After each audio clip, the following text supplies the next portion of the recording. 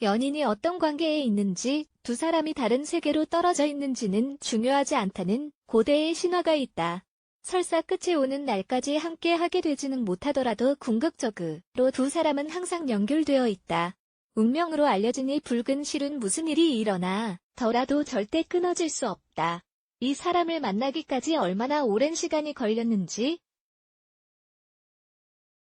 혹은 얼마나 오랫동안 떨어져 있었는지는 상관없다.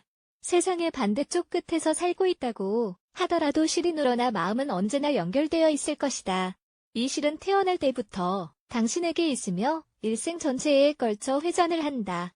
매일 저녁 달이 떠 새로운 생명을 만나며 붉은 실을 손가락에 묶어 다른 새로운 영혼과 연결해준다고 한다.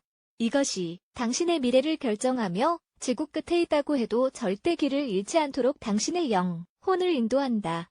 전설은 우리에게 말한다. 이 전설은 유럽 문화에서는 너무나도 잘 알려져 있어 오늘날 손목에 붉은 실을 한 자락 걸고 있는 수백만 명의 사람들을 보는 것이 어려운 일이 아니다.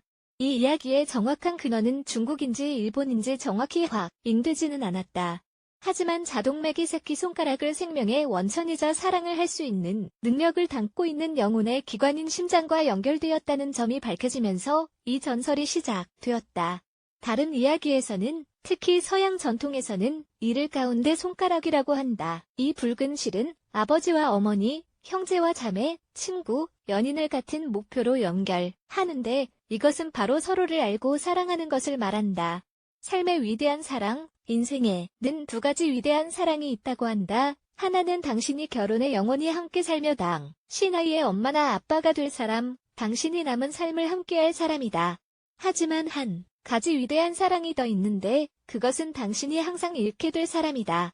이 사람은 태어날 때부터 당신과 연결되어 있으며 논리적으로 설명할 수 없는 화학적 반응을 일으키지만 동시에 해피엔딩에 도달할 수 없도록 당신을 막는다.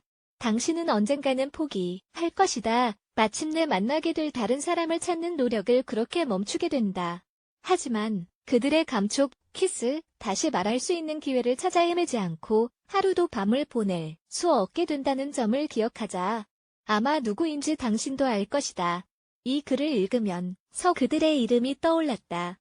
아마 그들을 뒤로하고 고통을 끝내고 평화를 찾기 위한 시도를 했을 것이지만 평화는 올 것이다. 한 번만 그들을 다시 만나기를 염원하지 않는 하루가 없을 것이다.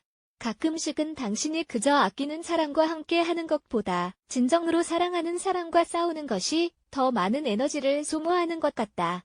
파울로 코엘료 가끔씩 이 두 위대한 사랑이 한 사람으로 합쳐질 때도 있지만 대부분은 이 둘이 다르며 슬픔 같은 것을 계속 만들어낸다.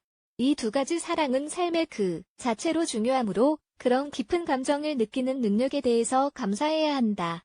붉은 실에 당신의 의지를 강요할 수는 없다. 그것이 눈에 보이지는 않더라도 삶의 많은 단계로 이끌게 되므로 무시한다고 해서 그것을 잘라내는 것은 아니다.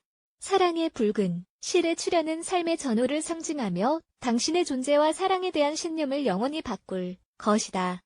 가끔씩 우연의 일치는 너무 강력해 우연으로만 생길 수 없다. 지구의 모든 사람의 심장은 영원한 사랑을 위해 어떤 식으로든 다른 사람들과 연결되어 있다. 그들은 그것을 소울메이트, 동일한 운명을 함께하는 영혼이라고 부른다.